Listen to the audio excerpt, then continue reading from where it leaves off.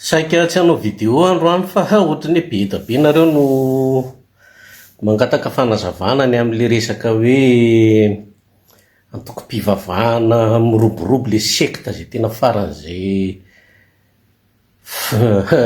mba tsy tenitenenako foana ry faran'izay mpamitaka vahoaka indrindra ao Madagasikara dia fantatra hoe tsy ho voavaliko zany raha amina resaka message na ohatr'izany dia hanazava kely aminareo momba an'ireo secte reo.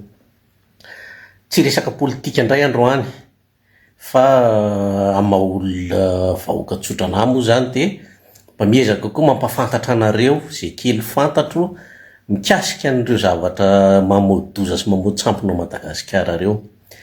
Malaza tato atony hoe apokalypsy vao ny oloko hoe FG fahimahidina be dia be zany anarana fiangonana miroborobo ao Madagasikara eo dia mety gaga tsika hoe fa maninona inona ny anton'izany. Raha fantatritsika tsara ny tantara tatoa tamina fotoana voaingana zay dia nandray fanapahan-kevitra ny fanjakana Rwandais nanafoana ny fiangonana aman'arivony maro, ny secte amin'arivony maro tany Rwanda satria inona ny antony dia ampitohiziko amin'izay zavatra misy eo Madagasikara. Io secte rehetrarehetra misy eraky ny Afrika io dia fanadiovam-bola, fanadiovan'ny mafia vola io dia tsapan'ny fanjakana Rwandais zany zavatra zany hoe tena fatina alika hozy izy ty resaka fiangonana mameno tanàna ty fa mody ampiasaina ny anaran'Andriamanitra nefa ny tena famotsim-bola mihitsy moa zany filaza azy dia zay. Fa ny tao Madagasikara kosa efa ela nisy an'izany vao nanomboka io resaka apokalypsy io hoe mba fantatrareo moa inona ny asan'ny maheolona tamin'izy taloha. Varidamba tao Analakely iny ny asany varidamba tao Analakely ary fantatritsika tsara ny afetsifetsendry zany varidamba zany, mifahaizana miresaka, mifahaizana mandresy lahatr'olona. Ary raha ny tantara koa dia ohatrany hoe niofanao pretra izy io sa ina tsy fantatro fa noho ny fitiavam-bola tafahoatra dia ohatrany hoe voaroaka tany anga izany. Fa ny tiako hamarinina fotsiny ary tiako marihana zany dia zay ny antony nananganana an'io apokalypsy io dia nataony hitadiavam-bola mihitsy ary natao ametsifetsena ny olona zany, fantany zany izy aloha atodoa fantany tsara ny fahalemen'ny olona zany amin'ny resaka fivavahana io. Dia izy raha teo ararak'le tantara teo zany ohatrany hoe nisy fotoana nianatra momba an'io katolika angamba izy iny katolika dia ohatrany hoe teo pretra sa ahoana dia nahay kely any izy zany notion na resaka fivavahana dia nentina nampianatra olona vitsivitsy nanodidina azy. Dia zay dia miparitaka ny tanjona amin'izay fotoana izay dia hoe ananganana secte mahazo olona maro satria rehefa mahatsangana ary ty tiako marihana aminareo ny fiangonana anankiray rehefa mahatsangana fiangonana izy ka mahazo olona be dia be dia tonga amin'izay ireo mafiampamotsy vola tonga mandondona azy hoe oeke afaka miara-miasa tsika zay. Isan'izany ny apokalypsy, isan'izany vahaon'ny oloko io. Nareo ve dia mieritreritra hoe ny ampafolo-karenan'ireo olona fetsifetsen'ireo jereo ny qualité-n'le olona mivavaka amin'ireny fiangonana ireny fa olona faran'izay mampalahelo ataontsika hoe misy tsy ampy sakafo ara ny sasany, misy tsy anasa ny sasany. Jerenao le olona zany tena olona hoe mampalahelo amin'ny fiainany ka ataontsika hoe ny atsasaka mifanana an'ireny ary mbola omeny amin'ireny mpitondra azy ireny pasteur Maheolina sy pasteur Ertina tsy avidiny zavatra tadiaviny zalahy ireny. Mba jerevinao zavatra fiaranana ny trano ipetrahany sy karazany tsy avidy an'izany fa entina fotsiny anakonana n'le famotsim-bola ao ambadika ao zany zavatra zany, amotsiana le vola diovina ao Madagasikara zany ary mampalahelo dia mpitondra fanjakana samy malala an'izany daholo. Samy malala an'izany daholo mpitondra fanjakana mifandimby hatramin'izay ka hatramin'izao. Fa zalahy reo mandoa ekolazy mandoha ko lazy amin'ny mpitondra fanjakana reo dia mitapina amin'ny masony sonsofo mpitondra fanjakana. Ianao hoe mieritreritra hoe misy dikany amin'ny mahiolona zay 40 millions nomeny hira mika azy, tsisy gotehany zany raha ny tena marina. Fa miliara ny lolovin'ireo olona reo, miliara amin'ny ariary ny lolovin'ireo olona reo, fa tsy vola kely akory, ary avy any Afrika ny vola lolovin'ireo olona reo. Misy indray miteny hoe izy ane pastera, izy ane ui tadidio tsara mihitsy fa reo fiangonana sandoka mitsanganao Madagasikara reo reo milaza fa mahay manao mazy, mpanao fanasitranana sikara reo maka fahefana any Abenay reo. Any Abenay zany ny olona mpamme ody an'ireo, mpamme an'ireo pouvoir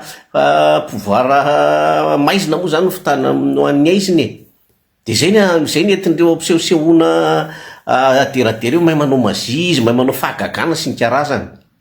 Fa tsisy avy amin'Andriamanitra, tsisy hoe avy amin'ny Jesosy zany. Zay le tenenin' Jesosy hoe ho avy ny mpaminany sandoka hozy izy, ary efa any ampovoan'ny zanak'ondry any ny ambody mitafody janak'ondry ry zalahy reo zany. Mitodika aminareo mpanaraka azy aloha, za ho tsy olana amiko na ho tezitry nareo na ho tohany nareo, fa ny zavatra marina tsy maintsy olazaiko amin'ny mariny fotsiny zavatra teneniko hoe raha ny farim-pananan'ireo olona reo amin'izao fotoana izao ve dia mieritreritra nareo fa ny ampafolo-karenanareo no nahazony an'izany. Dia nio tsara fotsiny aloha, marina fa tsy manana saina anakatra an'izany tsony nareo fa domelona ny fanasoasoana sy ny fieritseretana fa Andriamanitra kely reny mpitarika anareo ireny. Fa mandinika kely fotsiny dia alala zany nareo hoe tsy avy amin'ny ampafolo-karenanareo zany ny azony ireny fa sy forma fotsiny zany. Fa io ifaninanana, ary tsy maintsy manao démonstration de force reo isa-taona, mampiseho amin'ny mpamatsy vola azy sy ny mpanodim-bola hoe mbola reto ny olona miaraka aminay. Tsy possible mihitsy raha hoe fiangonana kely miorongorona kely manana olona 200 na 300 ny azo an'izany, tsy possible. Ary zay ny iazakazan'ireo sekta reo manao zavatra soit mameno anatsonjombe, soit manao ohatra ny kianjany mamasina nataon'ny mahiolona teo. Dia mpitondra fanjakana moa ao anatin'izay misurfe ozy ny fiteny zay, misurfe ao anatin'ireny phénomène reny izy, satria mieritreritra izy fa reny olona mpanaraka an'ireny sekta reny afaka hifidy azy rehefa tonga ny fotoana fifidianana. Tsy haina nefa mahiolona ary le tsy nahazo 2% akory tamin'izy ny latsaka filoham-pirenena. Zany hoe reny olona reny tsy miraharahan'ny resaka politika loatra, ary na mahiolona zay mametsifetsy azy raha tsy arahany rehefa manao politika. Zay fa nindreny le fahagagany, le fandrebirebena amin'ny resaka fanasitranana sy ny karazany. Zay nindreny tsy resaka ara-panahy zany, nindreny tsy resaka ara-politika, tsy isy raha renyanao zany. Dia zay mahatonga anahako miteny hoe diso calcul daholo ny reo mpanao politika mihazakazakany amin'ireny diso calcul. Tsisy valeur nareo amin'ireny olon'ireny zany nareo. Mandana amin'ny lelaka any fa sy maina fotsiny eo ny roranao amin'ny lelanao fa tsisy raha indreny anao. Zay tiako hazavainao an-tsainareo zany hoe reo sekta rehetrarehetra matanjaka ao Madagasikara nanonona anarana hoe apokalipsy vahaony oloko hoe inona koa misy maromaro izy hoe ny apokalipsy mo lasa ny zara anankiroa dia misy FF inona patati patata zay. Fa rehefa ny fiangonana ho any averiko tsara, rehefa ny fiangonana ny olona rainy namorona azy tany amin'ny compte koa fa no niteny an'izay, dia tadidio fa tsy fiangonana avy amin'ny Jesosy izy zay, fa fiangonana natao hanodikodonam-bola. Ary fantary foana, tsaro foana fa ireny fiangonana ireny no atono ny mpitondra fanjakana dia tambatambazana mena zavatra le mpitarika sy mpamorona azy mba hahafahany hoe mba hateneny ny olona aminareo anohana ana rehefa tonga ny fotoana PDB zany. PDB ny olona nazo an'izany faveur ozy ny fitenenan'izay, satria ny mpitondra fanjakana tsy mandefa saina lavitra koa izy. Izy mieritreritra rehefa misy vahoaka mivorovoro maromaro dia azo atao mametsifetsy an'ireo zay. Ka dia niavaka kely fanehoko hevitra iny, niavaka kely iny aloha, tsy voatery hoe tsy maintsy resaka politika nenjehan'Andrianina sy anona foana, fa ampahafantarina aminareo vahoaka malagasy ihany koa.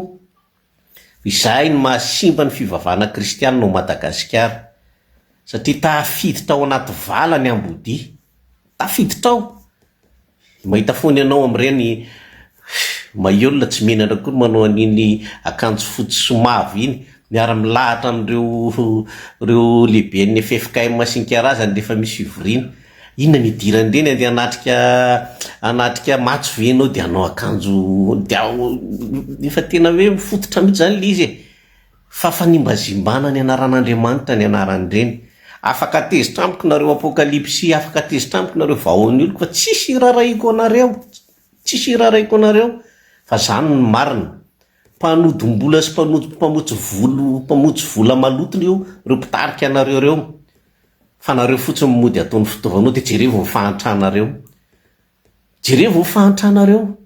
Fa raha misy ngamba ny vahoaka mahantra indrindra ao Madagasikara de nareo kristianina mpanaraka an'ireny sekta reny. Maromaro isy ao be dia be ny sekta nirongana tato anatin'ny 20 taona faran'izay, nitsangana, ny sekta isan-karazany, milaza manana menaka mazika, milaza miresaka amin'ny Jesosy foana, fa zava-doza ho an'ny firenena ary zay tsy mampandroso ny firenena io.